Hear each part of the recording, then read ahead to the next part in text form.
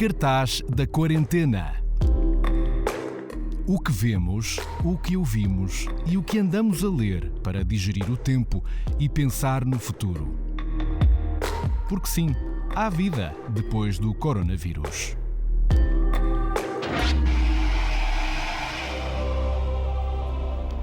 Sejam bem-vindos ao Cartaz da Quarentena.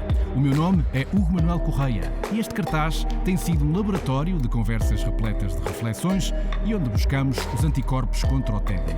Mas a verdade é que é nos laboratórios reais dos centros de investigação de todo o mundo que um verdadeiro batalhão de cientistas luta contra o tempo para fintar os constrangimentos de tempo que a experiência científica normalmente impõe.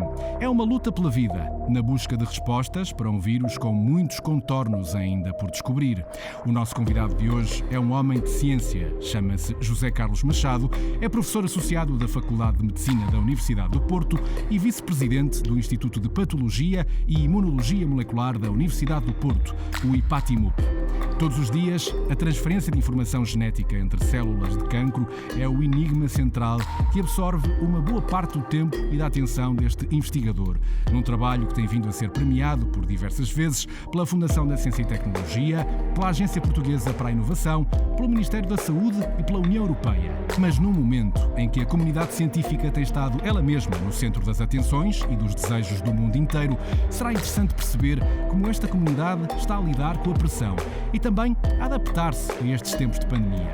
Claro está, também vamos saber quais são as séries, a ficção, a música e a literatura que servem de escape ou até de inspiração a quem faz ciência. E por isso vamos fazer um raio-x ao Cartaz da Quarentena de José Carlos Machado. José Carlos, desde já, muito obrigado por ter aceito este convite de abrir o seu laboratório para as reflexões e sugestões que certamente serão úteis para todos os que nos vão ouvir. Seja bem-vindo. Olá, Hugo.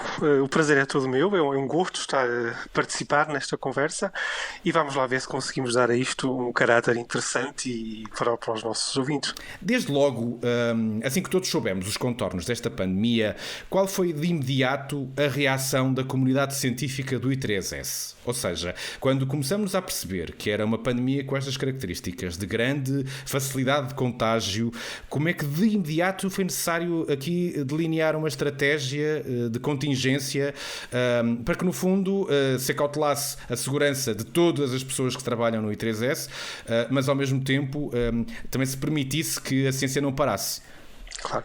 Ora bom, a reação da comunidade I3S foi de algum receio, de facto. Portanto, eu acho que nós precocemente nos apercebemos de que isto não era mais uma gripe, não era mais uma doença contagiosa de baixa morbilidade e de baixa mortalidade, como por vezes foi passado em alguns setores. Exatamente.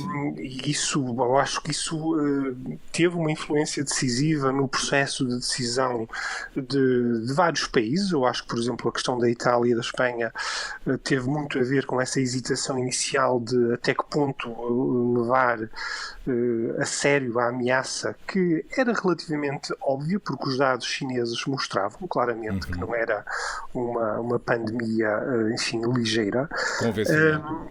Exatamente, e isso foi bastante bem compreendido pela comunidade científica de uma forma generalizada. Não creio que isto se restrinja ao I3S. Eu acho que as instituições portuguesas, de uma forma geral, tiveram todas a mesma percepção. E, portanto, nós, desde muito cedo, que fizemos planos no sentido de proteger as pessoas que trabalham no Instituto e, ao mesmo tempo, para planos que permitissem que a atividade institucional continuasse em determinados níveis, porque, como é evidente, a necessidade também de cumprir com aquilo que foram as diretrizes que, entretanto, os órgãos de governação produziram, também vincula o Instituto e, portanto, também obrigou o Instituto a uma série de restrições que não foram propriamente decididas por nós, mas foram-nos impostas em função daquilo que, de uma forma transversal, foi decidido no país. Até porque, José Carlos, à partida, a imagem que nós todos temos do mundo da ciência são laboratórios ascéticos, muito limpos, onde basicamente alguns cientistas até trabalharão quase de escafandro, passando a expressão. Acaba por ser uma imagem que poderá estar na mentalidade de muitos. Mas a verdade é que há muitos passos de trabalho que são pequenos, são mais exíguos e o contacto entre investigadores acaba por se fazer com facilidade. Por isso, certamente também aí foi necessário criar aí um plano de contingência para gerir os espaços de outra forma. Não, absolutamente. E vamos lá ver, no Instituto, esse plano de contingência teve como consequência imediata restrições fortíssimas no acesso ao trabalho. E, portanto, muitas pessoas tiveram que deixar de ir ao Instituto durante um período de tempo prolongado. Ora, mantiveram-se atividades consideradas absolutamente essenciais. Por exemplo, o I3S tem o maior biotério do país, com uma grande quantidade de animais, e isso, como é evidente, não pode parar. E, portanto, claro, há um conjunto, nem as experiências que estavam a decorrer com animais nessa altura, que são tipicamente experiências demoradas, que implicam a monitorização e a observação dos animais durante períodos prolongados de tempo.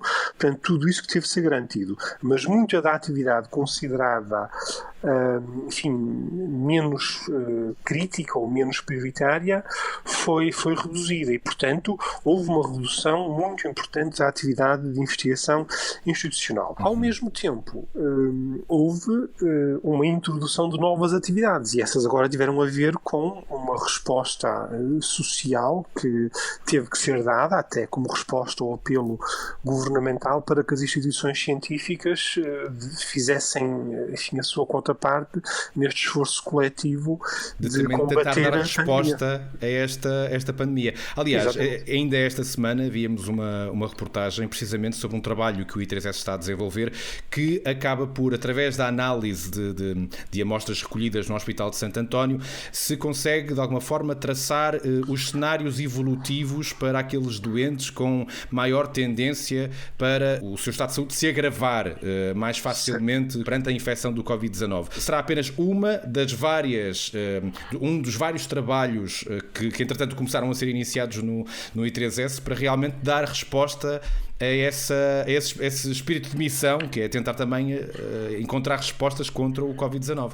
Sim, sem dúvida, e esse exemplo que o Hugo deu é de caráter mais investigacional, digamos assim, e é feito por pessoas que já tinham um interesse direto nessa temática e nesse tipo de investigação, mas para além disso, uma fração importante das pessoas no Instituto está neste momento a trabalhar ativamente na realização de testes de diagnóstico à Covid-19, por exemplo, enfim, que é algo que não estava presente previamente no Instituto, foi necessário fazer um conjunto de adaptações e, enfim, implementação de procedimentos experimentais que permitiram fazer isto. Mais uma vez, não é apenas o I3S, outras instituições do país fizeram exatamente a mesma coisa, mas, pronto, corresponde, enfim, a uma das atividades novas ou alteradas, digamos, que aconteceram no Instituto e que vai continuar agora nas próximas semanas, porque outra coisa, por exemplo, que vamos fazer já a partir da próxima semana, em princípio, são agora os testes sorológicos no sentido de determinar, enfim, qual é o grau de imunidade presente na população.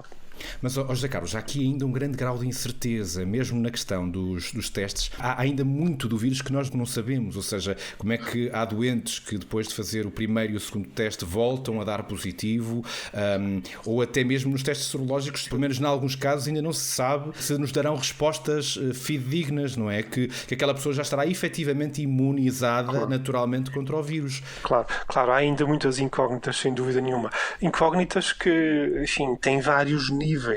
O primeiro nível que temos que considerar é o nível que tem a ver com a qualidade do teste realizado. As pessoas não se podem esquecer que todos estes testes foram implementados num tempo muito curto e, do ponto de vista da performance analítica, podem não ser comparáveis a testes que estão no mercado há muitos anos, muito otimizados e muito testados. E, portanto, é natural que haja aqui alguma variabilidade, alguma margem de erro um bocadinho maior que o costume. Às vezes eu vejo na televisão as pessoas muito espantadas, porque o teste deu positivo hoje e deu negativo amanhã, ou vice-versa. Bom, é preciso não esquecer que há aqui um parâmetro de qualidade que tem provavelmente uma margem de erro associada maior do que, enfim, noutros testes a que estamos habituados. Depois há a questão do timing de tudo isto. Quer dizer, uma coisa é um indivíduo que se apresenta sintomático e que faz um teste diagnóstico e, porque está sintomático, faz seguramente esse teste diagnóstico numa situação em que tem uma carga viral considerável.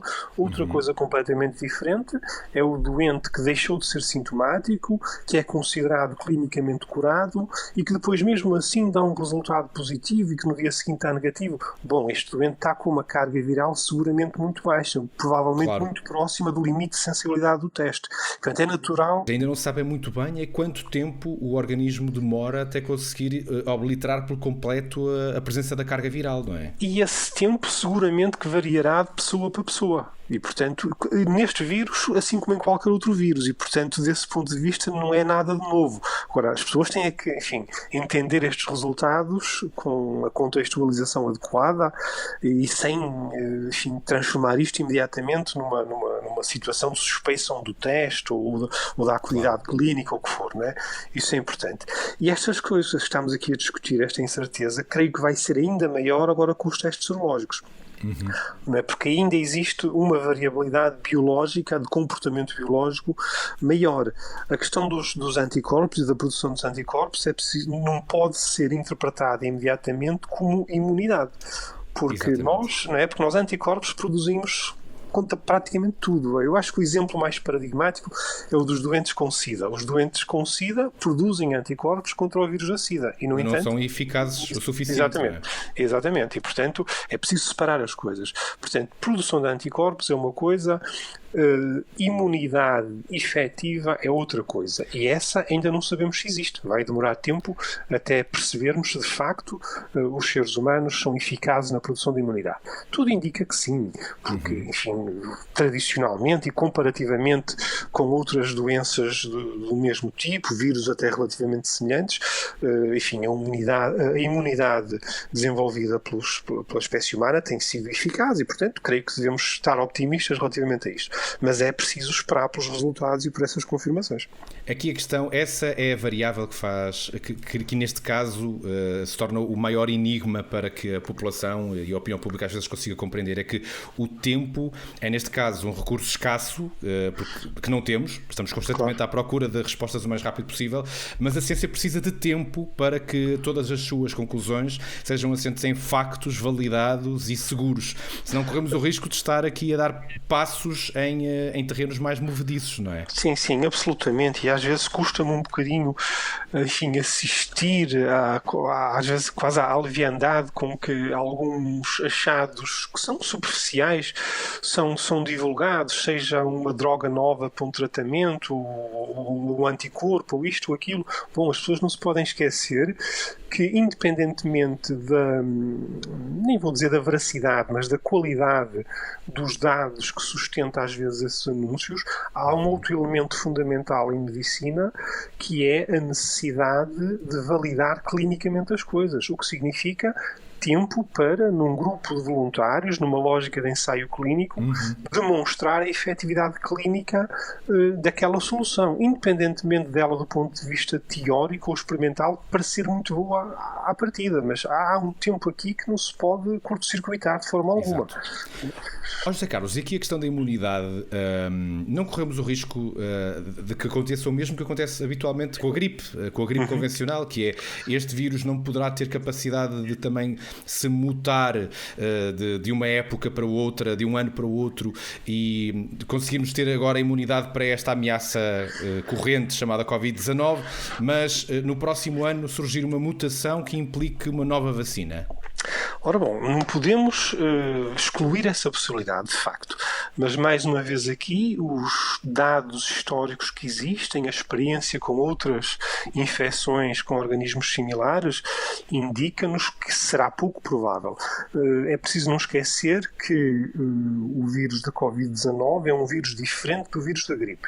Este é um coronavírus, o vírus da gripe é uma influenza, portanto são dois grupos de vírus distintos e os vírus do grupo influenza têm essa característica característica fundamental, que é uma taxa de mutação muito elevada. Mais volátil. Portanto, exatamente. Portanto, com grande facilidade alteram a sua estrutura antigénica, digamos assim, e, portanto, dificultam o trabalho do sistema imunológico.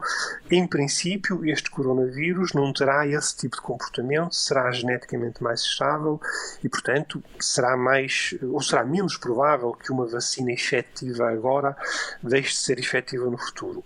Mas excluir não podemos excluir, isso é absolutamente claro. Por outro lado, o que a experiência também nos diz, no fim da história das doenças humanas, é que vai haver a partir de agora uma espécie de processo de coevolução entre os seres humanos e o vírus e, regra geral, estes processos de coevolução tendem a levar a uma coexistência mais pacífica. Isto é, vírus progressivamente menos virulentos e hospedeiros progressivamente mais capazes de lidar com as situações de infecção. Melhor preparados. Exatamente. Tanto biologicamente como socialmente falando, não é? Absolutamente. Agora, isto demora ainda mais tempo, mas provavelmente é o que depois acontecerá. E aqui podemos estar a falar de gerações, mas provavelmente acontecerá assim, não é? José Carlos, e aqui a questão dos testes sorológicos, quais serão os critérios para a sua realização? No caso do I3S, vocês vão fazer estes testes a pacientes, a pessoas que serão indicadas pelos hospitais do Grande Porto. Como é que vai funcionar concretamente este trabalho? Ok, eu acho que em primeiro lugar tem que haver um grande critério nacional estabelecido pela Direção-Geral de Saúde e que num determinado momento terá dados e indicações de que já haverá uma percentagem suficientemente grande da população que esteve em contacto com o vírus. Portanto, esse é o momento em que valerá a pena, de um ponto de vista populacional, estimar qual será a tal imunidade de grupo presente na população. Porque a imunidade de grupo funciona, de facto. O problema é que depende de uma fração muito grande da população estar imunizada. Estima-se que cerca de 70%, até 70%, 80%, algo assim. Antes disso, qualquer teste sorológico que se faça deste tipo numa base populacional vai apenas dando, enfim, uma fotografia instantânea do que se está a passar e vai-nos dando uma noção de como é que o processo está a evoluir. Agora, estes testes sorológicos podem-se fazer em contextos mais restritos, em organizações particulares, que é, no fundo, o que vai acontecer a partir de agora. Isto é, não me parece que no imediato vá haver estes testes sorológicos numa lógica populacional. O que, em princípio, vai acontecer é que existem entidades que, por razões variadas, mas exemplos óbvios são, por exemplo, os hospitais, que querem saber como é que está o estado de imunidade até nos seus profissionais, não é? Médicos, enfermeiros e por aí fora. Ou então, por exemplo, em institutos como o I3S, onde se fazem testes de diagnóstico da Covid e, portanto, há um nível potencial de exposição um pouco maior. Ou então outras entidades. No caso particular daquilo que a gente vai fazer já a partir da próxima semana, vai ter a ver com as câmaras municipais. Portanto, a gente vai trabalhar com a Câmara Municipal do Porto, com a Câmara Municipal de Matosinhos. Tudo indica que provavelmente Vila do Conde e Póvoa de Varzim estarão associadas a isto também rapidamente, e aqui tem a ver com, enfim, um serviço que a própria entidade está a prestar aos seus trabalhadores e colaboradores e, portanto, vai fazer esta avaliação. Agora, eu acho que há aqui uma questão muito importante para passar, que é, muito bem, fazem-se estes estudos que, desse ponto de vista, nem sequer são diferentes dos testes diagnósticos, isto é, faz-se um teste e obtém-se uma certa informação. Agora, isto não deve, em circunstância alguma, alterar os comportamentos de segurança que as pessoas têm que ter a partir de agora. Portanto, isso às vezes também assusta-me um pouco em alguma informação que ouço, que é às vezes a criação desta perspectiva de que, bom, eu estou... E aparentemente tenho anticorpos, estou imune, aparentemente, e posso levar a minha vida normal e não me preocupar. Exatamente. Ou então fiz um teste de diagnóstico, dei negativo, portanto amanhã já posso ir ver a minha mãe. Epá, não. Não é porque dei um negativo hoje, amanhã pode estar infectado. E, portanto, tudo isto é útil, tudo isto vai produzir informação importante para lidarmos, para gerirmos esta situação. Nada disto deve levar as pessoas a afrouxarem os comportamentos de segurança que têm sido explicados às pessoas. Aliás, a ideia de começarmos todos a usar máscaras do nosso dia-a-dia, quando estamos em convívio social e mesmo com as medidas de afastamento social que se impuseram, isto pode vir vir a ser um novo normal no dia-a-dia das nossas vidas. Se olharmos para a Ásia, para a China, para o Japão, onde de alguma forma o distanciamento social já é um traço cultural naquelas sociedades, será que eles é que sempre tiveram razão e nós é que estamos agora a aprender um novo hábito que se poderá tornar inevitável num mundo onde as pandemias se podem tornar mais habituais? Pois, essa é uma boa questão, Hugo. Aliás, o segundo ponto das pandemias se tornarem habituais é algo que depois podemos voltar já a seguir, porque eu acho que isso é mesmo relevante e provavelmente inevitável. Agora, quanto à questão da alteração cultural e da máscara, pois é possível, eu custa-me, eu devo dizer que, enfim, eu, em função da minha atividade, viajava bastante, até isso provavelmente vai mudar no futuro, mas viajava bastante, e, portanto, quer nos aeroportos, quer na Ásia, Japão, China, enfim, locais onde eu fui com alguma frequência, realmente isso fazia-me extrema confusão, tenho que admitir, quer dizer, isto de andar na rua e cruzar-me constantemente com pessoas de máscara fazia-me uma imensa confusão, achava que era um exagero, parecia-me quase uma aberração cultural por parte daqueles países. E hoje, de facto, enfim, tenho que engolir um bocadinho estes pensamentos e pensar que, bom, eventualmente estamos condenados a adquirir, não sei se permanentemente ou sazonalmente, mas enfim, claramente isto vai ter que ser um ato e um hábito com o qual teremos que conviver de alguma forma confortavelmente. Até porque neste momento, não sei se passou o mesmo consigo, mas a primeira vez que fui a um supermercado ainda eu não tinha máscara, mas quase que 80% das pessoas que estavam às compras já estavam a usar. A experiência é exatamente a inversa, parece que nós é que estamos errados e na realidade ou seja, mas parece que nós é que somos os marcianos em território estranho, e parece que não estamos a contribuir para a segurança das outras pessoas. Sim, exatamente. Agora, de repente, passamos a ser uma espécie de ameaça ambulante se não tivermos a máscara. Mas eu, relativamente à máscara, tenho um bocadinho, enfim, a mesma opinião que exprimi há pouco a propósito dos testes e por aí fora. Isto é, eu acho que nesta altura as pessoas devem andar de máscara, sem dúvida nenhuma, porque alguma capacidade protetora tem, principalmente, como tem sido amplamente explicado, no sentido de diminuir a chance de nós contagiarmos outro. Agora, eu acho que é essa a ideia que de facto marca a diferença, ou seja, embora o senso comum nos dê a ideia de que a máscara nos protege, eu acho que a real função destes dispositivos neste momento é evitar que nós sejamos veículos e vetores de transmissão para outras pessoas. Absolutamente, isso tem que ser claro, não é? Bom, primeiro há diversos tipos de máscaras e as máscaras melhores, as famosas FFP3, que agora já toda a gente conhece estas terminologias, essas de facto introduzem um nível de proteção contra infecções víricas já diferentes, mas essas máscaras não estão acessíveis ao público em geral e, portanto, não vale a pena muito discutir isso. O que está acessível são as tais máscaras comunitárias, máscaras cirúrgicas, sociais, não é? Exatamente, que até prova em contrário não são eficazes a proteger-nos de sermos contagiados. Exatamente. São eficazes sim a diminuir o risco de contágio dos outros. E, portanto, aqui a questão é absolutamente a mesma. Vamos andar todos de máscara, mas vamos todos continuar a lavar as mãos, a manter-nos distantes uns dos outros e evitar todos os gestos e comportamentos suscetíveis, ou dito de outra maneira, vamos todos andar de máscara, mas vamos comportar-nos como se não tivéssemos máscara. Exatamente.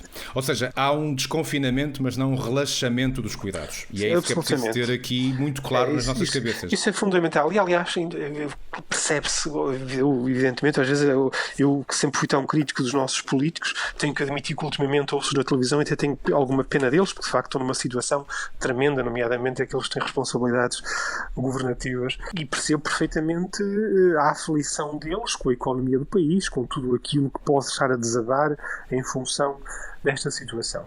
Apesar de tudo, se eu estivesse no lugar deles, o grande esforço que fazia nesta altura era formativo, era educativo. As pessoas têm que meter na cabeça que o controlo da pandemia de facto está nas mãos de cada um de nós. está no nosso comportamento. É fundamental que as pessoas percebam isto. Uma colega minha dizia há pouco tempo que o vírus sozinho não faz absolutamente nada. E é verdade, o vírus não faz nada. Aliás, o vírus mal sobrevive fora do nosso organismo. E, portanto, somos nós que o transmitimos. Portanto, se as pessoas adotarem comportamentos exigentes e cuidadosos no que diz respeito à segurança e à higiene, vão só por isso diminuir drasticamente a propagação do vírus. E não têm que ficar em casa. Podem, nesta lógica de desconfinamento, ir retomando as suas funções, o seu trabalho. Agora, sendo extremamente rigorosos nestes comportamentos de segurança. E é disto que vai depender. Não vai depender de máscaras, nem de confinamentos, porque se as pessoas relaxarem nos seus comportamentos, não tarda nada, temos um segundo pico e daqui a uns meses estamos outra vez no mesmo. Não, dependerá sobretudo da responsabilidade individual de cada um.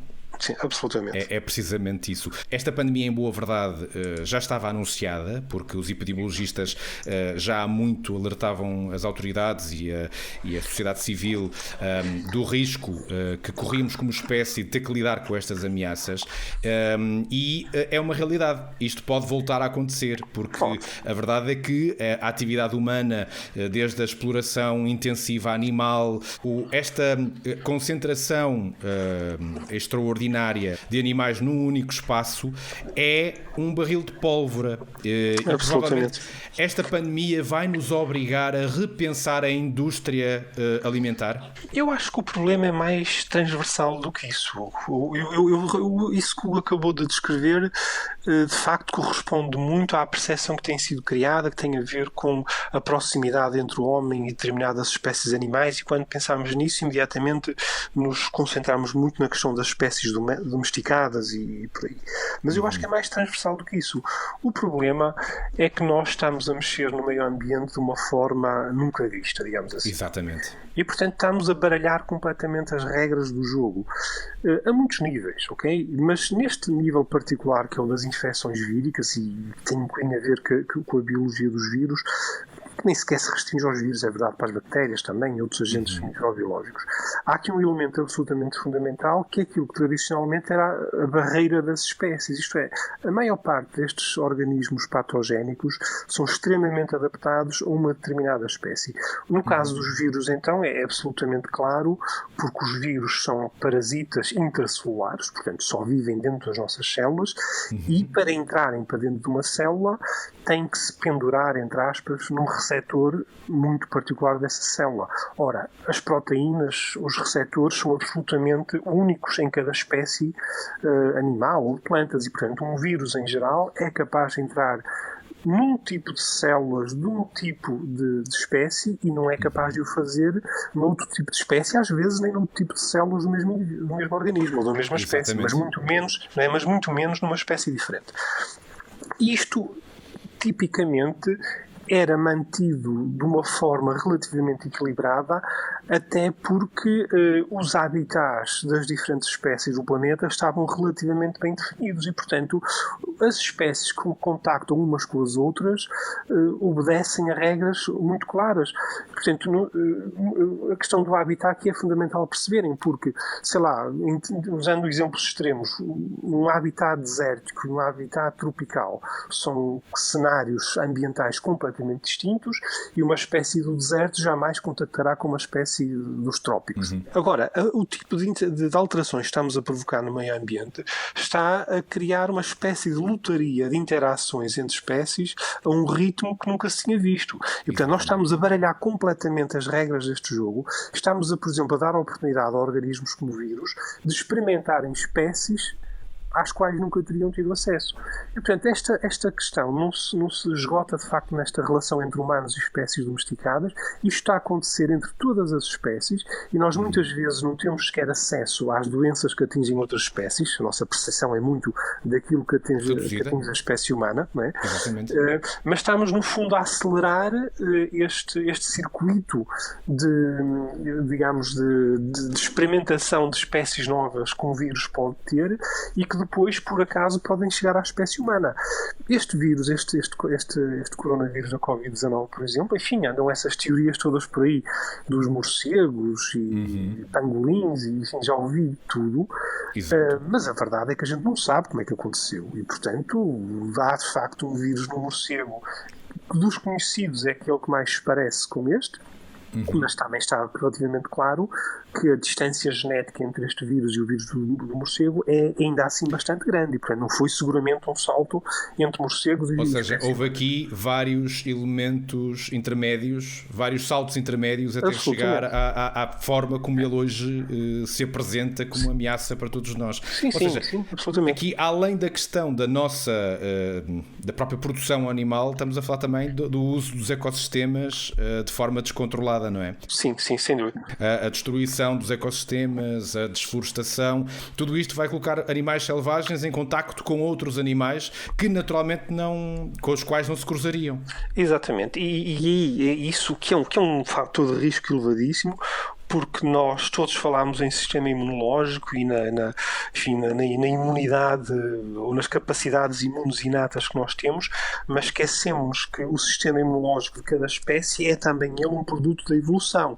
E, portanto, o nosso sistema imune é extremamente bom a responder às ameaças com as quais a evolução nos ensinou a conviver. Exatamente. Se subitamente mudam as regras do jogo e o nosso sistema imune tem que lidar com ameaças totalmente novas, é difícil. É? Portanto, basta pensar que basta viajar para um país africano, para uma Angola, e se não formos à consulta do viajante, não estamos claramente preparados para lidar com o contexto do destino, não é? Sim, e temos exemplos históricos, não é? A colonização espanhola do continente sul-americano e centro-americano, não é? E enfim, a mortalidade que originou por transmissão de doenças que na Europa eram comuns e sem pouco graves. Portanto, temos imensos exemplos desses. E isso eventualmente leva-nos depois a outra questão que eu acho que um dia destes vai ter que ser discutida, mas eu acho que claramente é evitada pelas pessoas em todas estas conversas, e nós ao longo dos últimos anos temos assistido, enfim, a muitas expressões deste problema fundamental. Agora é a pandemia, mas antes eram os plásticos nos oceanos, é a deflorestação, é a poluição atmosférica, enfim, são uma grande quantidade de coisas que na verdade têm todas a mesma origem, e essa origem chama-se sobrepopulação humana. Exatamente. Portanto, esse é um assunto que se o reparar, praticamente não aparece nas discussões na comunicação social e por aí fora. Não, fala-se de facto muito do mundo globalizado, das viagens que tornam de facto a propagação do vírus muito mais rápida, dos aeroportos, mas de facto essa é uma questão crítica que, lá está, provavelmente não estará muito dentro do nosso imaginário coletivo do mundo ocidental, porque sobrepopulação, pelo menos para já, não é um problema que nós tenhamos nas nossas sociedades. Mas se olharmos para o mundo em desenvolvimento e subdesenvolvido, por lá sim, é uma realidade cada vez mais dramática. Nós falamos sempre em números, não é? Portanto, acho que acabamos por ser um pouco enganados, porque nós falamos em, a China tem mais de 1.000 milhões de habitantes, a Índia quase, portanto, mas a verdade é que se pensarmos, por exemplo, em densidade populacional, a densidade populacional na Europa é altíssima. Sim. É altíssima. Visto por aí, não é? Com toda a razão. Não é? E, portanto, isto tem que ser visto em vários prismas.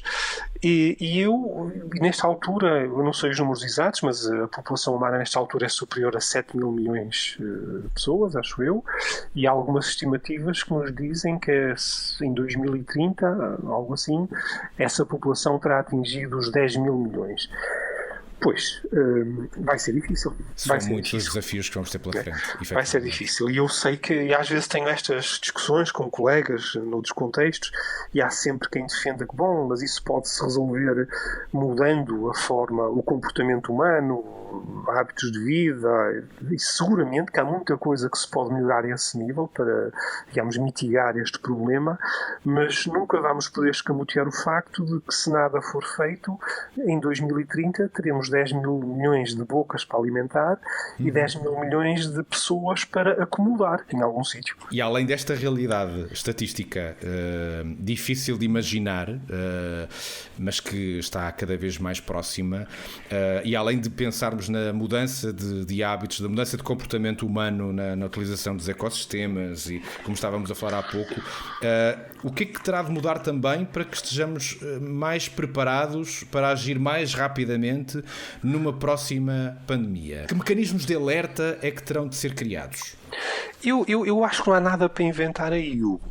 E basicamente é fazer aquilo que desta vez não se fez bem, porque não fizemos bem um determinado conjunto de coisas. A forma como se aligeirou o problema chinês. Eu não sei se a culpa foi do governo chinês, se eles se esconderam, se não esconderam, eventualmente esconderam algo, não faço ideia. O que eu sei é que soubemos suficientemente cedo para termos tomado medidas muito antes da pandemia ter atingido o nível que atingiu. E tivemos várias oportunidades, porque em primeira instância podia-se ter imediatamente bloqueado as viagens com a China, mas obviamente não houve coragem política nem económica para o fazer. Exatamente. Numa segunda fase, quando o problema se instalou em Itália, nomeadamente, podia-se ter feito exatamente a mesma coisa. Eu lembro-me perfeitamente da primeira reação do governo italiano de sentirem-se insultados com a ideia de se proibirem os voos para o Porto de Milão. E, portanto, houve aqui claramente meter a cabeça na areia, não é? Um estado de negação que facilitou tudo isto. Portanto, o que eu espero é que da próxima vez haja uma ação rápida naquilo que é a única forma de lidar eficazmente com estas situações, que é isolamento. Absolutamente. Quer dizer, não há nenhuma forma de fazer isto. E eu acho que nada nos prepara para a próxima pandemia.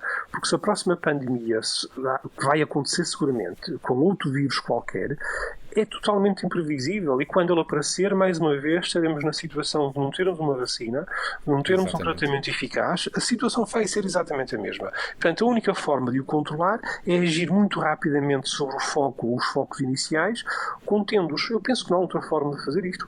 Da mesma maneira que somos nós os responsáveis por conter a infecção com responsabilidade e tomando as devidas providências, como o uso da máscara, também o isolamento, neste caso, é a única maneira de impedir que contactamos uns com os outros. Sim, sim.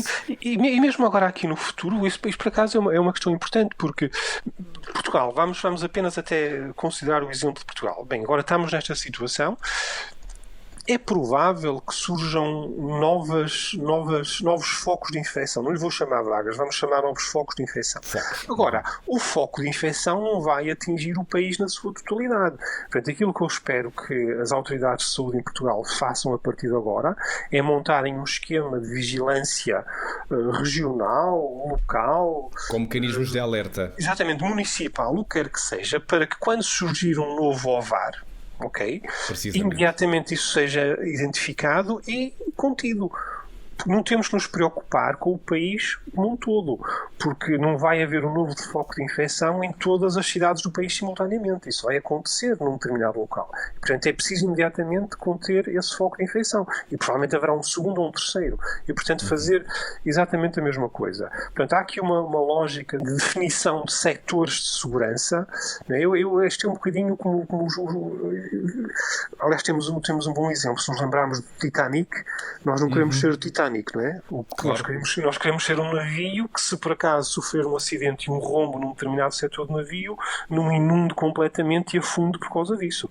Portanto, os navios modernos são construídos de forma a que, se houver um rombo, aquilo imediatamente é confinado e a água entra ali, mas não entra no resto do navio. Portanto, é o que temos que fazer aqui. Bem, com a diferença também de que, se houver uma maneira de prever o glaciar, essa será sempre a melhor maneira de evitar a colisão, não é? Sem dúvida. José Carlos, mas apesar de toda a pandemia e deste transtorno que esta situação trouxe a todos nós, a ciência, como disse há pouco, continuou a ser feita, houve trabalhos que não pararam e a investigação de cancro continua imparável como uma das áreas que mais tem dado passos bastante auspiciosos para também conseguirmos perceber melhor e descortinar esta estranha patologia que, ao que tudo indica, quase todos nós haveremos de sofrer dela mais cedo ou mais tarde. É quase uma incapacidade do nosso organismo de continuar a replicar-se sempre de forma muito organizada, ou seja, a fotocópia feita muitas vezes chegará a um momento em que ela vai perdendo definição e é aí que os problemas poderão começar a surgir. Mas para quem nos está a ouvir, eu gostava que nos explicasse assim numa linguagem mais acessível em que consiste este seu foco de investigação, o estudo da transferência de informação genética entre células de cancro. De que forma é que, percebendo bem como é que esses processos se realizam, como é que a partir daí conseguimos também perceber melhor a evolução de uma doença como esta, do cancro? Ora bom, sim, a investigação em cancro vai de vento em popa e eu acho que, como o Hugo disse, as pessoas percebem muito bem porquê, porque a doença é cada vez mais frequente e é verdade isso que disse, todos nós, basicamente, tendo em conta a esperança média de vida que nesta altura, ou da qual nós usufruímos nesta altura, teremos algum tipo de cancro. Eu prefiro chamar-lhe, bem, a palavra cancro é um bocadinho dramática, não é? Pesada. Porque muitos destes tumores que teremos, ou neoplasias, que é capaz de ser a palavra tecnicamente mais rigorosa, exatamente. Exatamente. Serão neoplasias benignas, portanto, situações perfeitamente curáveis cirurgicamente, e mesmo as malignas, os tratamentos hoje são bastante eficazes, e, portanto, nesta altura, mais de 50% das pessoas diagnosticadas com neoplasias e com cancros, se quisermos generalizar, curam-se, e, portanto, o cancro está longe de ser uma sentença de morte, como às vezes parece ainda pairar um pouco no pensamento das pessoas. Agora, muitos cancros são extremamente graves e são muito numerosos e, portanto, claro, isto do ponto de vista de saúde é extremamente relevante. Exatamente. Agora, pegando naquilo que o Hugo dizia e utilizou uma analogia muito boa, que foi a da fotocópia, é precisamente esse o problema da fotocópia mal feita, que acaba por estar na base da transformação de uma célula normal numa célula que tem um comportamento anormal. E sendo que comportamento anormal são muitas coisas diferentes e é diferente de cancro para cancro. Mas o que é certo é que há algumas coisas comuns a todas elas, que é o facto de morrerem muito menos do que deviam, portanto são células que se aguentam no organismo muitíssimo mais tempo do que são persistentes. São resistentes e muitas delas mexem-se para onde não deviam, aquilo a que nós depois tecnicamente chamamos metástase e que caracteriza muitos dos cancros e é, em última instância, a causa de morte em muitos destes casos. Agora, o que é isso da fotocópia? A verdade é que a fotocópia é a fotocópia do conteúdo genético da célula. Quando nós dizemos que uma célula se divide, ela divide muitas coisas, mas uma das coisas fundamentais que divide é o seu genoma, é o seu DNA. E, ao fazer esta cópia do DNA, é aí que a fotocópia dá às vezes erros, e são estes erros que depois permitem à célula filha adquirir o tal comportamento anormal que caracteriza o cancro. E, portanto, dada esta explicação, acho que já ficará claro para as pessoas porque é que eu me interesso tanto por esta questão da transferência genética entre células. Okay? Portanto, como é que as células fazem esta transferência genética, porque é que isto corre mal às vezes, e no corre mal não é só no momento em que uma célula normal se transforma numa célula tumoral. À medida que a célula tumoral se divide mais, no fundo, à medida que o cancro cresce, isto volta a correr mal muitas vezes. Ou seja, é quase como uma cascata, uma tempestade perfeita, uma cascata de erros. Absolutamente. E, portanto, esses erros todos fazem duas coisas. Primeiro, com que não haja dois cancros iguais.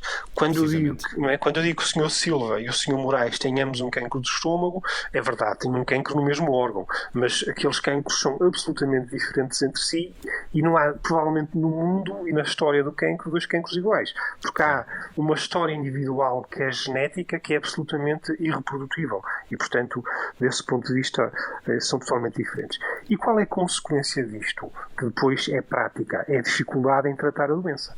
Exatamente. Portanto, os tumores são sempre tão diferentes entre si que arranjam-se boas soluções para tratar um número razoável de doentes, mas essas soluções, sejam quimioterapia, radioterapia ou as formas mais modernas de quimioterapia, nunca são eficazes de uma forma transversal em todas as pessoas. Funcionam bem numas, não funcionam noutras.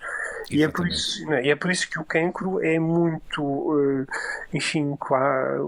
um dos exemplos acabados da necessidade daquilo que hoje se vai chamando terapia ou medicina medicina personalizada, ou medicina de precisão, que é muito muito essa percepção de que cada tumor tem que ser tratado de uma forma muito particular. Aliás, eu ia-lhe fazer precisamente as minhas próximas duas questões iam muito neste sentido, porque duas das áreas que mais têm tido progressos no combate ao cancro é precisamente nos tratamentos na área da imunização, que basicamente permitem usar o próprio sistema imunitário dos pacientes como principal arma que vai atacar quase como uma agulha hipodérmica as células, sejam elas onde estiverem, mas depois também agora fala-se muito de terapias que recorrem até a vírus, terapias genéticas, que também usam vírus benignos para atacarem estas células muito específicas que causam problemas. Sim, não, isso é muito interessante e outro é o reverso da medalha desta história das alterações genéticas, porque as alterações genéticas é a mesma coisa que mutações, que é uma palavra que eu acho que as pessoas também já começam a estar familiarizadas. Exatamente. E nós estamos habituados a olhar para estas alterações genéticas como algo mau. Quando falamos em erro da fotocópia, estamos sempre a pensar, bom, cada vez que aquilo dá erros, no fundo aquelas alterações vão potencialmente, porque a maior parte delas não tem consequência nenhuma, mas algumas vão conferindo às células características que as tornam cada vez piores. Ora, não é necessariamente assim. E há pouco estávamos a falar da Covid e da imunologia e do sistema imune, e é aqui que entrou o sistema imune agora no tratamento do cancro e no controlo do cancro. Porque, paradoxalmente, as mutações que nós nos habituámos a pensar como sendo algo mau, no sentido de que confere às células características indesejáveis, na verdade fazem uma coisa muito interessante, é que elas mudam o bilhete de identidade da célula. E só há pouco tempo é que nos começamos a perceber disso. A verdade é que a célula, à medida que vai acumulando mais mutações, é cada vez menos uma célula daquele indivíduo, porque geneticamente começa a ser mais e mais distinta das células normais deste indivíduo. E será cada vez mais um corpo estranho, não é? Mas também mais fácil de identificar. Ok, até para o sistema imune, porque é disso que o sistema imune vive. A verdade é que o sistema imunológico funciona, por um lado, enfim, evolutivamente, porque à medida que nós, enquanto indivíduos e espécie, vamos ultrapassando os diferentes desafios ambientais, infecciosos que nos foram sendo colocados, o sistema imune foi-se esculpindo. Mas cada um de nós, quando nasce, tem uma necessidade absoluta de educar o seu sistema imune. Uma boa parte do trabalho que o nosso sistema imune faz, cada vez que uma célula nova do sistema imune se forma, é ser testada a ver se reconhece ou não reconhece antigénios ou proteínas do próprio. E sempre que isso acontece, essas células são eliminadas. Chama-se isso tolerância imunológica. E quando isto não funciona bem, as pessoas têm doenças graves, doenças autoimunes. Autoimunes, precisamente. As nossas próprias células que nos protegem encaram células nossas saudáveis como elementos estranhos. E aí começa-se a atacar a si mesmo. Exatamente. Então, o que é que se passa na questão do cancro? No fundo, se a célula tumoral se tornar suficientemente diferente, eventualmente o sistema imune deixa de a identificar como sendo uma célula do próprio. E pode atacá-la. E faz isso de facto. Isso é que é absolutamente interessante. Aliás, o que se tem descoberto muito recentemente é que provavelmente ao longo da nossa vida nós temos inúmeras situações em que células normais se transformam em células potencialmente cancerosas e só não dão cancro porque o nosso sistema imune é eficaz, as detecta e as destrói. Exatamente. E, portanto, quando temos um cancro, ou quando temos muitos cancros, porque também não temos certeza que o sistema imune seja capaz de controlar todos os tipos de cancro, mas claramente é capaz de controlar alguns, e até alguns dos mais vulgares. Há áreas do nosso corpo onde as células glóbulos brancos não chegam. Um tumor no cérebro, à partida, dificilmente seria combatido pelo nosso sistema imunitário. Sim, absolutamente. Portanto, há claramente tumores muitíssimo mais apetecíveis, digamos assim, para o sistema imune do que outros. Uns por causa da localização, como disse, o cérebro é um deles, mas a retina, os testículos, por exemplo, são órgãos onde o sistema imune tem menos acesso, até às vezes por questões anatómicas, mas depois também a questão das alterações genéticas. Isto penso que as pessoas também compreendem facilmente. Um cancro do pulmão, por exemplo, será seguramente um cancro com muito mais alterações genéticas do que um cancro cerebral. Pelo simples facto de que as células do tumor estão naturalmente muitíssimo mais expostas a fatores de agressão ambientais, neste caso porque é um órgão onde o ar entra e sai constantemente. Isto também é verdade para a pele, por causa da radiação ultravioleta. Exatamente. Um cancro do cérebro é um cancro que surge numa população solar basicamente protegida e sem nenhum tipo de contacto com estes fatores carcinogénicos ou mutagénicos ambientais. E, portanto, quando nós dizemos que a célula tumoral acumula erros e, portanto, se torna eventualmente apetecível para o sistema imune, isto é muitíssimo mais verdade em cancros de uns órgãos do que em cancros de outros órgãos. Sabemos isso de uma forma clara. E, portanto, se as pessoas forem ver o que é que se passa com a imunoterapia, que eu gostava há pouco de referir, vão rapidamente perceber que ela é muito mais eficaz nos tipos de cancros do que noutros tipos de cancros, e que um dos fatores que mais ajuda a prever onde é que ela vai ser eficaz é precisamente o órgão onde o cancro surge.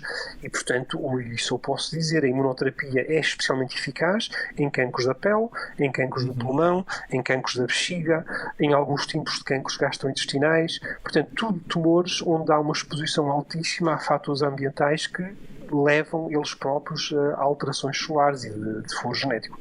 Precisamente. José Carlos, esta conversa está a ser absolutamente saborosa e apaixonante, porque é quase como se estivéssemos aqui a ler um romance de um policial, porque estamos constantemente a descobrir mais dados sobre este homicida ou este criminoso que nos invade as nossas vidas e que faz estragos. Temos que ter a noção de que sabemos que nada sabemos, ainda há muito por descobrir, mas a verdade é que temos conquistado capítulos extraordinários, passo a passo, e num tempo recorde, ou seja, ao longo dos últimos anos as descobertas têm sido imparáveis. Agora, sim, absolutamente. Há aqui também agora uma questão que se impõe, que é, depois desta pandemia, será que os sistemas científicos nacionais, como o português, mas também a ciência feita a nível global, vai ganhar novas prioridades? E isto pode trazer algumas consequências para os trabalhos de investigação que estavam a ser feitos até aqui. Qual poderá ser o impacto da pandemia na normalidade e na hierarquização de prioridades da nossa ciência? Se os governantes do mundo ocidental tiverem um pouco de juízo, então aumentarão o investimento em ciência. Porque se lhes faltava argumento para a necessidade de os países terem uma ciência forte, capaz de responder rapidamente a desafios importantes, então esta pandemia foi o exemplo perfeito. E agora toda a gente se volta para os cientistas e para a necessidade da ciência produzir respostas rápidas, pois estão a pedi-lo na sequência de já mais de uma década de claro desinvestimento na ciência. Estou a falar globalmente, porque Portugal até, enfim, se a gente olhar para Portugal, os números são de alguma estabilidade e, portanto, isso nem se nota assim de uma forma. Mas países como os Estados Unidos, por exemplo, a Inglaterra, que apesar de tudo investem comparativamente mais que Portugal, são países onde houve claramente uma política de desinvestimento fortíssimo em ciência. Portanto, espero que façam agora marcha atrás relativamente a isso. Portanto, espero que seja uma consequência imediata desta situação. A outra, que tem a ver com a questão das prioridades, pois esse é um tema delicado e extremamente controverso em ciência, porque a maior parte dos cientistas, penso eu, acredita piamente que a ciência não deve ser conduzida por prioridades, no sentido de que é impossível prever o que se faz com o conhecimento que se vai produzindo. Adquirindo, não é? É claro, e a história mostra-nos isso, quer dizer, eu acho que muitas grandes conquistas da humanidade em termos científicos, depois em termos médicos, em termos tecnológicos, em termos de engenharia, por aí fora, foram conseguidos a partir de conhecimento produzido numa lógica não prioritizada, não obedecendo a nada de muito concreto, a não ser à curiosidade de quem estava a conduzir aquele tipo de experiência. Agora, vamos ver, acho que somos cientistas, mas não temos que ser, enfim, não temos que nos afastar do resto das coisas e das regras que comandam uma sociedade. E, portanto, não nos podemos esquecer que a ciência é fundamentalmente financiada por dinheiros públicos e que algum tipo de prestação de contas tem que ser feito e que as pessoas têm que compreender o que é feito com o dinheiro deles em ciência, até para aumentarem o suporte que dão ao financiamento da ciência, porque eu acho que as pessoas não compreenderem, dificilmente as convencemos de que aquilo é um dinheiro bem investido. Portanto, isso para mim é absolutamente claro.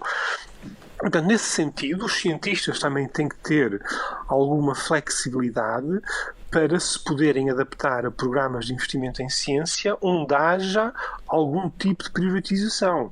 Portanto, para mim é perfeitamente aceitável que o dinheiro em ciência de um país, não necessariamente de forma permanente ou sistemática, mas periodicamente possa haver alguma canalização preferencial de fundos para resolver problemas muito, muito particulares. Isso não me choca de todo.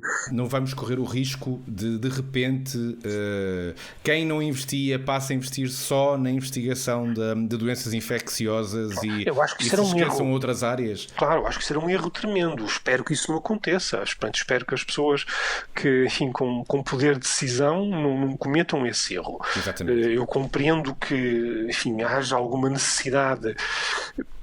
E por vezes nós assistimos a fenómenos desse tipo e que depois têm uma base que é puramente política, quase populista, não obedecem a nenhuma lógica. Aliás, real. Estava a conter-me para não trazer essa questão para a discussão, porque precisaríamos de 2 episódios do Cartaz da Quarentena para discutir, mas o advento do populismo e do negacionismo da ciência, aliado às tecnologias de comunicação, às redes sociais, onde a verdade é um conceito muito discutível, tudo isto traz aqui autênticos dilemas civilizacionais.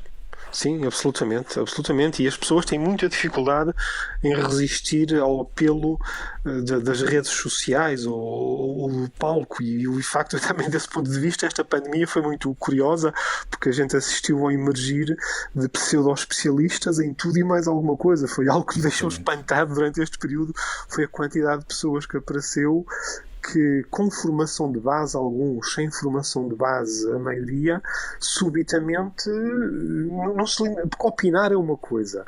Outra coisa diferente é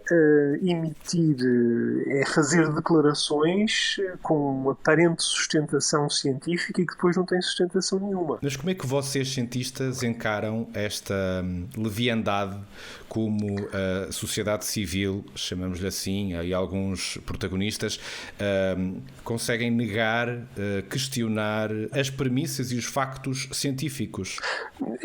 Eu acho que a comunidade científica tem alguma responsabilidade aqui, porque tradicionalmente é muito fechada. É fechada e tem um grau de passividade que é provavelmente exagerado. E um discurso também, às vezes, difícil de chegar às massas, em boa verdade. Sim. Embora isso é verdade, e a ciência, desse ponto de vista, tem uma lógica um pouco hermética, mas também por isso é que hoje em ciência se dá tanta importância à questão da comunicação científica e da capacidade de transmitir. E, portanto, dentro da comunidade científica, e as instituições hoje têm consciência disso e procuram, por exemplo, no seu interior, definir departamentos de comunicação, identificar indivíduos que são especialmente hábeis ou formados nesse papel. E, portanto, nem todos os cientistas têm que comunicar ou têm que ser capazes de explicar numa linguagem acessível tudo a todos, mas cada instituição científica tem seguramente que ter lá alguém capaz de o fazer. Precisamente. Exatamente. Portanto, tem que o ter, sem dúvida alguma. E nestas alturas não podemos ser passivos e, portanto, há aqui também uma necessidade de quem sabe do que fala, intervir e corrigir o que é transmitido de uma forma errónea. E eu acho que isto nesta pandemia está a acontecer mais, mas, por exemplo, ainda não vai há muito tempo, tivemos um exemplo onde se transmitiu ao público informação difícil de qualificar, que é foi a questão das campanhas anti-vacinação. Precisamente. E onde a passividade foi também difícil de compreender. Olha, estamos a falar de um erro científico absolutamente crasso, estamos a falar da constituição de bolsas de população, de correntes de pensamento baseadas em factos totalmente errados, e no entanto isso foi veiculado, teve suporte da imprensa, teve palco em numerosas situações. Eu lembro perfeitamente de um prós e contras que nunca mais me saiu da memória, em que se discutiu esta questão da vacinação. Aliás, a responsabilidade da imprensa e dos média nestes fenómenos, nestes epifenómenos, também é grande, embora muita desta discussão se tenha feito sem controle editorial nas redes sociais. Sim. Mas a verdade é que quando um órgão de comunicação credível aborda este assunto, temos que ter consciência que todas as histórias têm diferentes lados, e pelo menos há sempre dois lados numa história. Claro. Mas quando de um lado temos uma evidência científica e do outro temos um terraplanista, claro, e pronto, isto é quase já o exemplo mais caricatural, o tempo de antena não lhe pode ser entregue, porque vamos estar a contribuir para a entropia. E aí sim, a comunicação social também tem de facto uma responsabilidade nesta questão. Tem responsabilidade, sim, mas eu não gosto de atribuir a principal fatia de responsabilidade à comunicação social, porque também acho que não é... Não estou a fazer, estou apenas a constatar, mas sim, sim. É uma das partes. É uma das partes, e portanto eu acho que aí a responsabilidade da comunicação social tem que ser muito em garantir que a discussão do tema é adequadamente preparada e é representada por pessoas com capacidade de explicar e defender adequadamente os dois pontos de vista, porque eu acho que isso não acontece muito. Usou a figura do terraplanista, que realmente é curiosa e faz todo sentido, mas o que me chateia é que o diabo dos terraplanistas são bons a comunicar que se fartam, e os cientistas nem por isso. E os cientistas nem por isso, não é? E esse é que é o problema, é quando tipo põe lá um terraplanista e um cientista, e o terraplanista faz um brilharete na televisão, e portanto convence toda a gente e ao máximo, e o cientista, cuidado, vê-se à rasca para explicar o ponto de vista dele, no fim acaba por não explicar adequadamente, e parece um daqueles debates políticos em que há um vencedor e um vencido, quando aquilo não era debate nenhum, quando não era debate nenhum e o vencedor já tinha que estar definido à partida, não é? Todos estes temas, com toda a certeza, alimentariam mais um episódio, mas porque o tempo não é muito, e estamos já a chegar à altura em que abrimos os nossos cartazes da quarentena, era também nesta altura que eu gostava de perceber como é que quem faz ciência encontra algum escape na cultura, na ficção científica, na poesia, na literatura, na música, para digerir os tempos distópicos que estamos a viver. Claro. Sim, é absolutamente fundamental. Eu devo dizer que a generalidade dos cientistas em Portugal, neste período, não devem ter tido muito tempo para estes cartazes. Sim, não, porque curiosamente o prazo da Fundação para a Ciência e a Tecnologia de submissão de propostas de financiamento para projetos terminou precisamente no final do mês de abril. E, portanto, curiosamente, as pessoas entraram em confinamento, mas devem ter estado, na sua maioria, a trabalhar afincadamente na elaboração destas propostas. Exatamente, e portanto não tiveram tanto tempo quanto isso.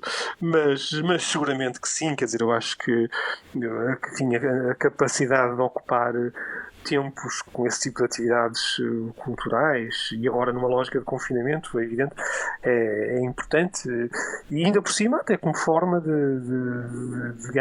criar alguma ligação até no grupo de famílias, porque eu acho que isso aconteceu a muitos de nós, não é? Que são pessoas com família constituída, tem mulher ou marido, tem filhos, e portanto subitamente passaram às tantas a reunir-se muito mais frequentemente à volta de uma televisão, ou de uma discussão, de um livro, ou de música, ou de coisas desse tipo. Pelo menos comigo isso aconteceu claramente. E tu, como é que tem sido o seu cartaz da quarentena? Quais têm sido as escolhas aí em casa? Ora, eu devo dizer que vi mais televisão do que alguma vez tinha visto na vida, definitivamente. Eu não costumava ver muita televisão, não era uma atividade com a qual me entretivesse muito, mas desta vez vi mais, e o grande culpado, tenho que dizer, é a Netflix. A Netflix, de facto. Eu ia fazer essa pergunta, mas é televisão, mas o que não é ecrã? A televisão tradicional ou a nova televisão do streaming? Primeiro devo dizer, uma série que eu acho que é muito pouco conhecida, que eu vi por acaso, mas que gostei imenso, que se chama Mar de Plástico. É uma série documental. Tem uma lógica documental, mas depois tem digamos, um argumento policial, e é uma série espanhola, e este mar de plástico não é o mar de plástico literal, nesse sentido, é o mar de plástico das estufas do sul de Espanha, onde imensas áreas do sul de Espanha estão totalmente cobertas por estufas, que são basicamente estruturas de plástico, para o cultivo do tomate, fundamentalmente, mas outros legumes, com certeza.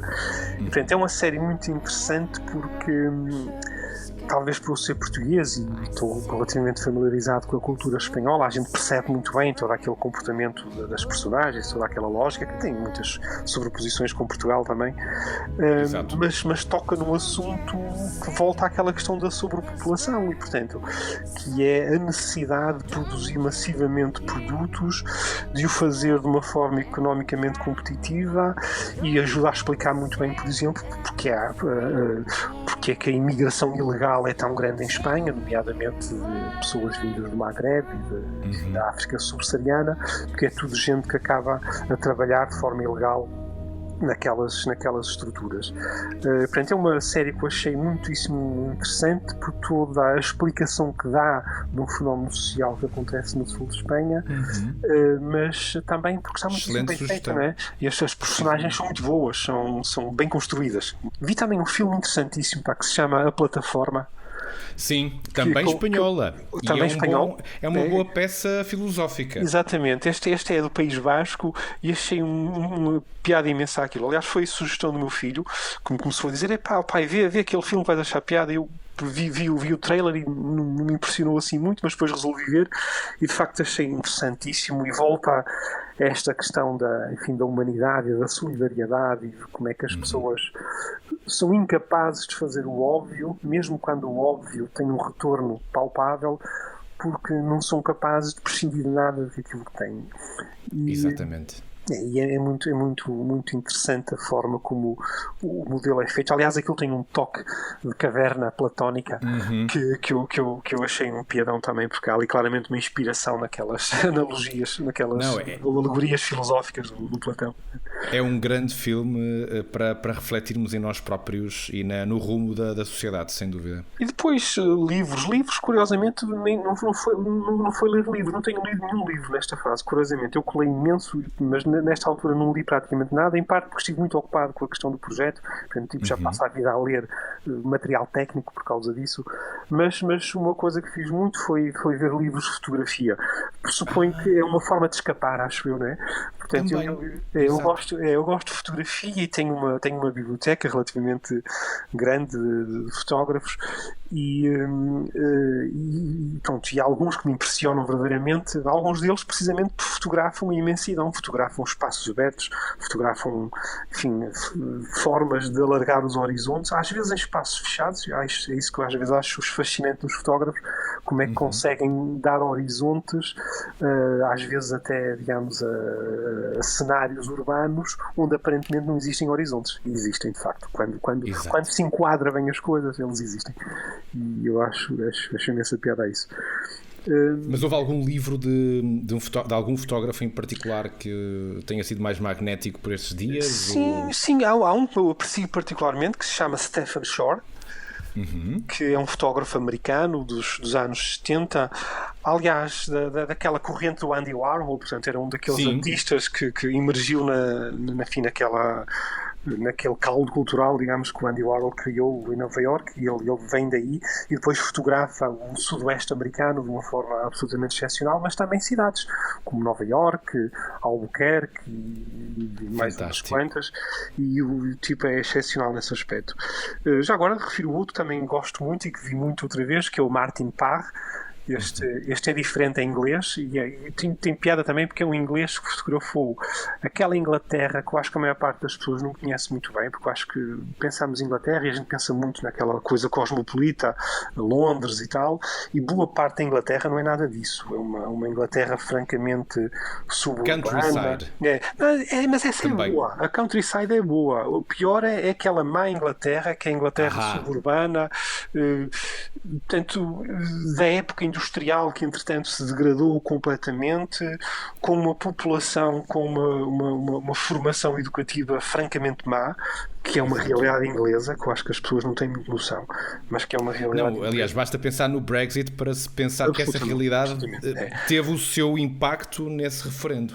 Exatamente, e portanto que é uma franja de população muito grande em Inglaterra, e o Martin Parr fotografa essas pessoas e fotografa os ingleses a comportarem-se das formas mais vexantes e de uma forma muitíssimo interessante, e realmente é um humor inglês, consegue dar à fotografia aquele toque de humor inglês que eu aprecio muito também, e que é divertido, basicamente é um fotógrafo divertido, e foi outra coisa que me atraiu muito nesta altura. Chegados aqui a esta partilha, este também é um momento onde eu normalmente partilho algo do Netflix, ou da HBO, ou da Amazon Prime, ou também algum livro com os meus convidados.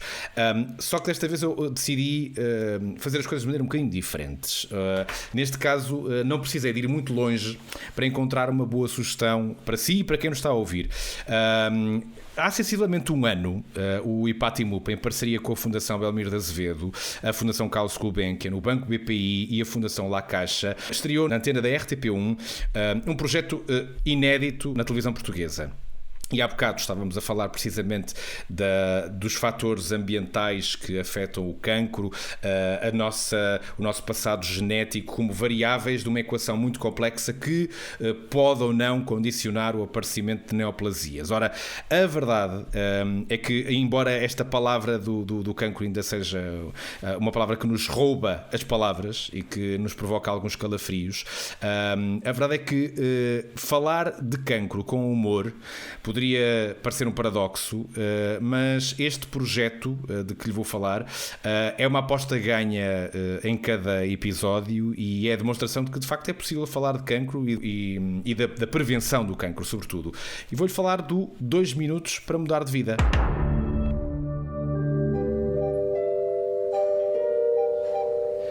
Bom dia, Dona Ana Tércia.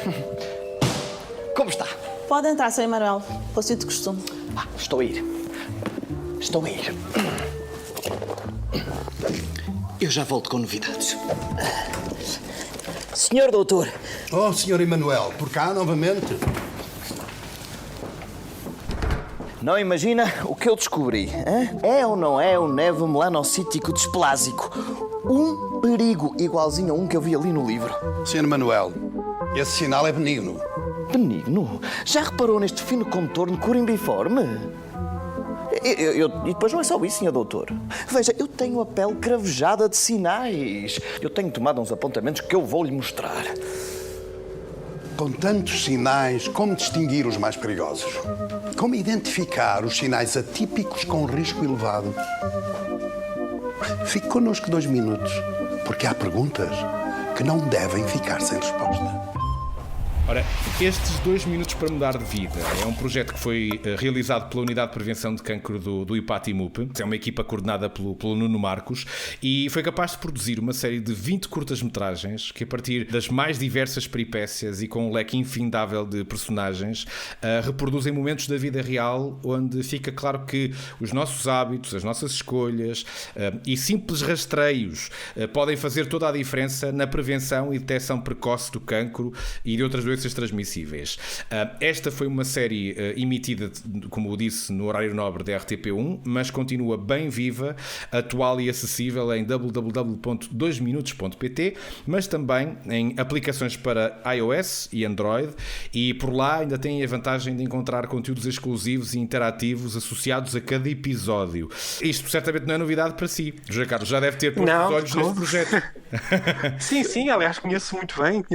Eu, na altura, fui das pessoas que apoiou muito o Nuno Marcos a conduzir esse projeto. Aliás, ele teve da parte da direção do Instituto todo o apoio para fazer isso, e na altura do lançamento estive presente e, portanto, foi de facto um momento muito interessante, porque é como diz, quer dizer, foi um concretizar dessa necessidade de trocar tudo isto por miúdos, não é? E, portanto, conseguir passar para o público em geral esta informação de uma forma eficaz. E lá está. teve que ser feito à custa de pessoas que se dedicaram ou passaram a dedicar a sua atividade profissional exclusivamente a isso, e não cientistas. O Nuno Marcos é um ex-cientista, portanto teve um percurso científico e depois... Mas ainda tem lá os genes, o ADN ainda não sofreu mutações, teve upgrades ao longo do tempo, não é? Exatamente, portanto, formou-se, não é? No sentido de ganhar essas competências, mas dedica-se a isso, e portanto isso é fundamental. Essas coisas têm que ser feitas por quem se dedica de forma profissional a essa atividade.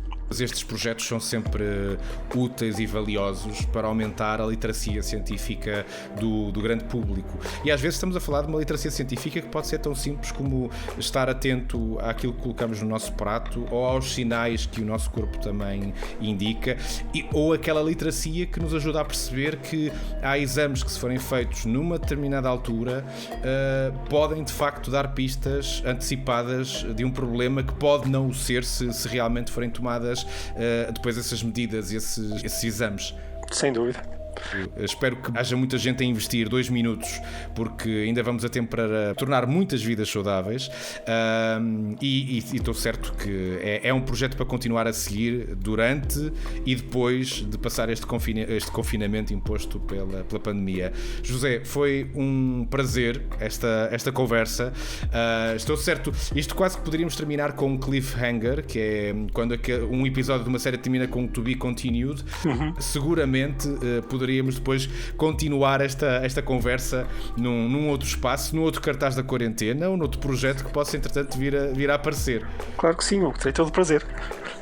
Foi um gosto, José, muito obrigado. E assim termina o cartaz da quarentena, cheio de bons conselhos, de uma visão do trabalho que a nossa ciência tem feito para também contribuir para a procura de respostas para esta ameaça microscópica, mas que teve um impacto macroscópico nas nossas vidas. E já sabem, não saiam de casa, podem sempre alimentar a imaginação com este cartaz da quarentena.